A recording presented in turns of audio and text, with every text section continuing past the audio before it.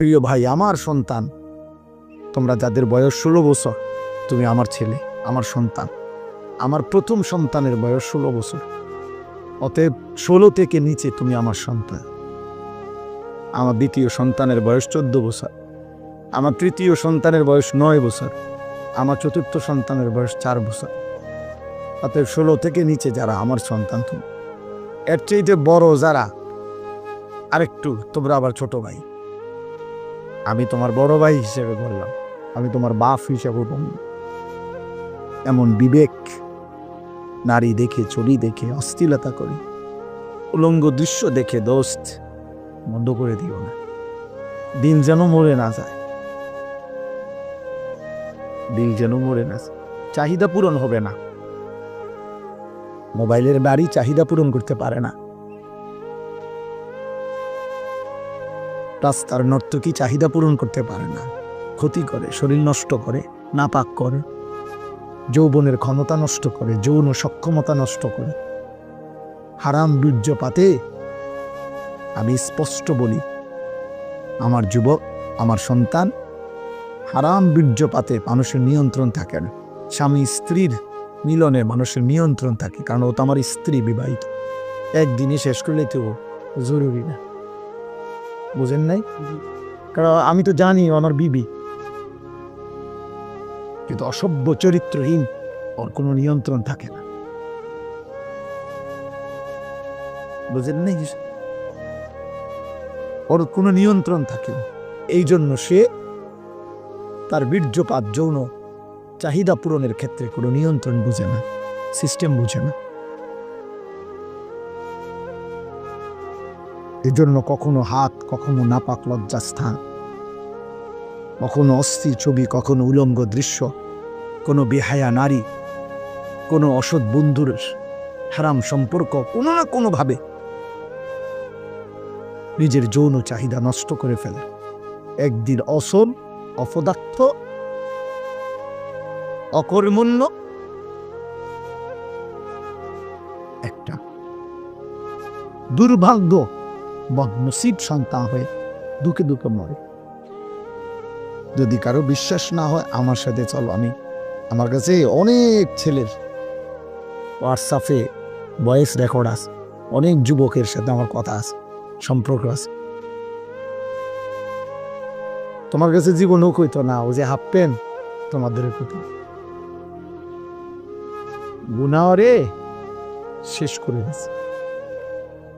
উলঙ্গ ছবি দেখতে দেখতে, নর্তকী দেখতে দেখতে, হারাম দৃশ্য দেখতে দেখতে, বাহ্যিকভাবে দেখতে তো মনে হয় চুল আশ্রাইছে, প্যান্ট ফিনছে, পাউডার লাগাইছে, কথাবার্তা কইতেছে, হাসতেছে, কিন্তু শারীরিক সক্ষমতা নাই, অচল হয়ে গেছে, অপদার্থ হয়ে গেছে। দুঃখে দুঃখে মরবে, দুঃখে দুঃখে মরছে। আল্লাহর কসম, রব্বে কাবার কসম করে বল, আমি তোমার বাপ, তুই আমার সন্তান হয়ে বল।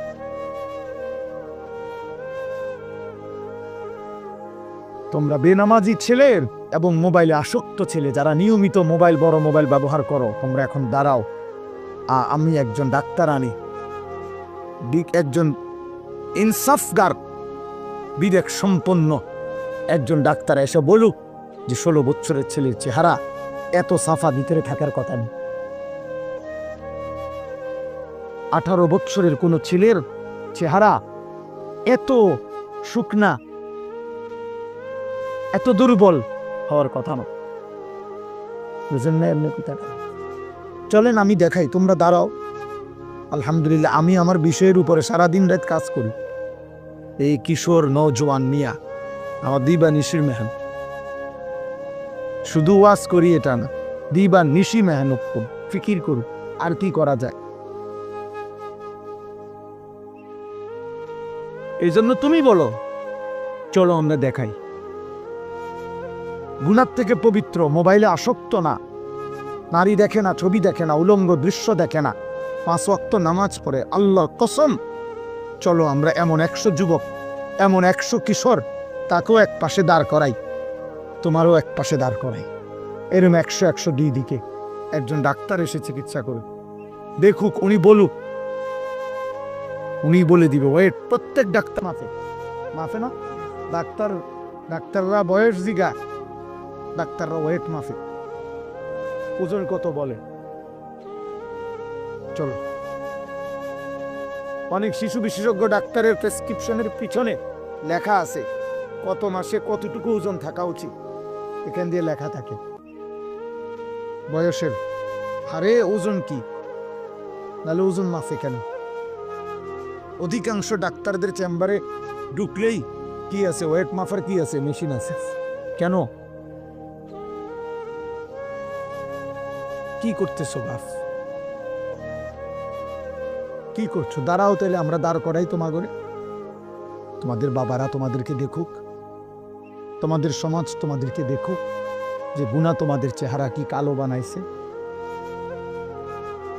বেনামাজি জীবন তোমাদেরকে কি পরিমাণ বিভৎস চেহারা বানাইছে।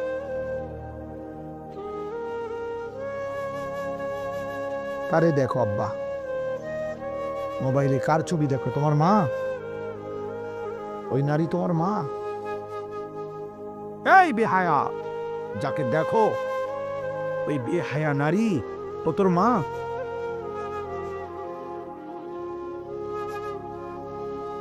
একটা অসভ্য যুবক কল্পনা করে না ফরমান, তোর মাকে যদি কেউ এমন দেখে, তোর বোনকে যদি কেউ এমন দেখে, তোর বিবাহিত স্ত্রীকে যদি কেউ এমন দেখে,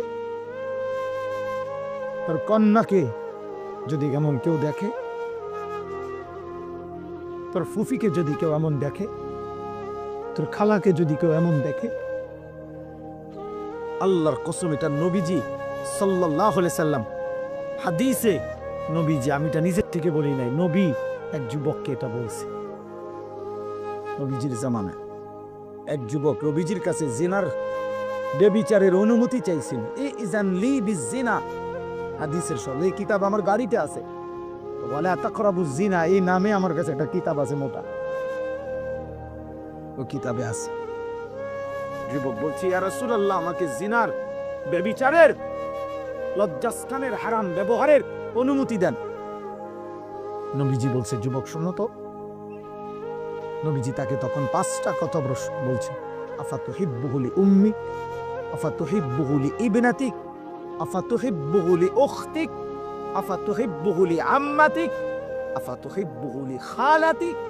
যুবক, তুমি কি পছন্দ করো তোমার মায়ের সাথে কেউ জিনা করুক, তোমার মেয়ের সাথে কেউ জিনা করুক, তোমার বোনের সাথে কেউ জিনা করুক, তোমার খালার সাথে কেউ জিনা করুক, তোমার ফুফির সাথে কেউ জিনা করুক? আল্লাহর কসম ছেলেরা, ওই যুবক বারবার চিৎকার দিয়া বলছে, লা ইয়া রাসূলুল্লাহ, লা লা লা লা লা, না না না না নবী, আমার মায়ের সাথে জিনা করা আমি মেনে নেব না, আমার মেয়ের সাথে না, আমার বোনের সাথে না, আমার খালার সাথে না, আমার ফুফির সাথে না। আল্লাহর নবী বললেন, ওয়ালান নাসু লা ইউহিব্বুনাহু লিউম্মাহাতিহিম ওয়া বানাতিহিম ওয়া খালাতিহিম ওয়া আম্মাতিহিম ওয়া আখাওয়াতিহিম। তাহলে যুবক, কোনো মানুষও চায় না তার মায়ের সাথে কেউ জিনা করুক, তার মেয়ের সাথে কেউ জিনা করুক, তার বোনের সাথে কেউ জিনা করুক, তার ফুফুর সাথে কেউ জিনা করুক, তার খালার সাথে কেউ জিনা করুক। এই নাফরমান যুবক, তুমি যার সাথে জিনা করতে চাচ্ছ, যার উলঙ্গ ছবি দেখছো, সে তো কারো মা, সে তো কারো বোন, সে তো কারো স্ত্রী, সে তো কারো খালা, সে তো কারো ফুফি। ওই মানুষটা তো তোকে মেনে নিবে না রে বাপ।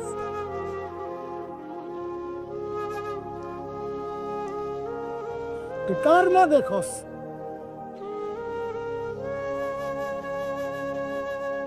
কার মতো চেহারা বানাইছো তুমি? বেনামাজি ছেলেরা দাঁড়াও, দাঁড়া বেটা, দেখি তোদেরকে বেটা।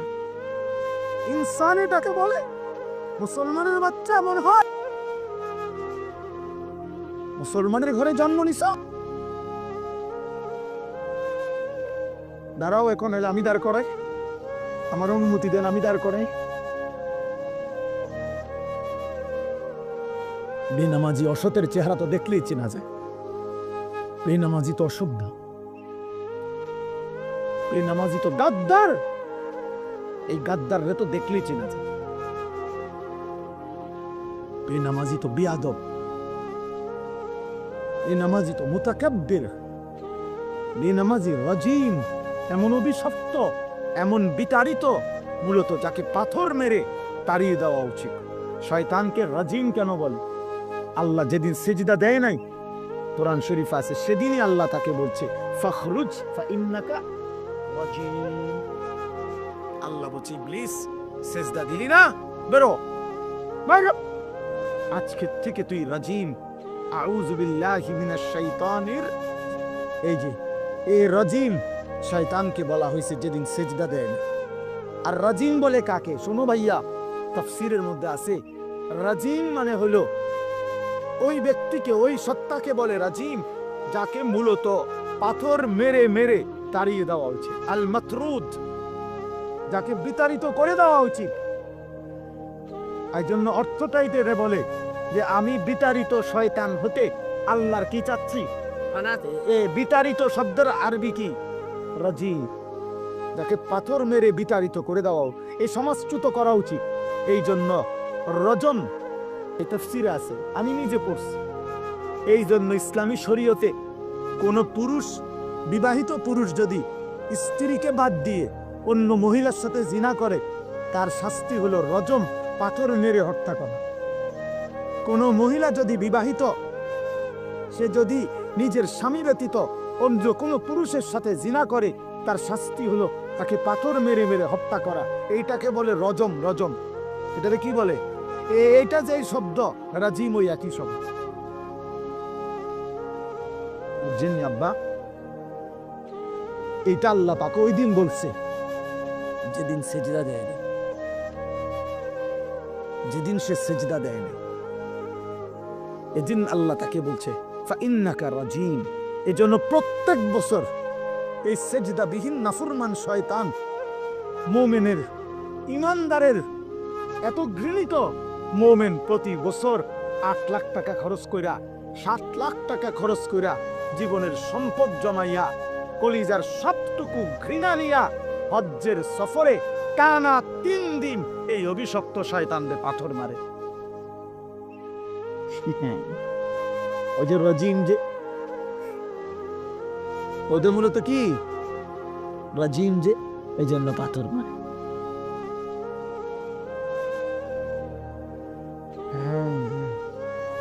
এই জন্য মূলত তো বেবিচারী পুরুষ নারী বিবাহিত ওরে পাথর মেরে হত্যা করার বিধান শুনি। এবং আল্লাহ বলছে সাবধান, জিনার শাস্তি, বেবিচারের শাস্তি প্রয়োগ করতে গিয়ে 2টা কথা আল্লাহ কঠোরভাবে বলছে কোরআনে।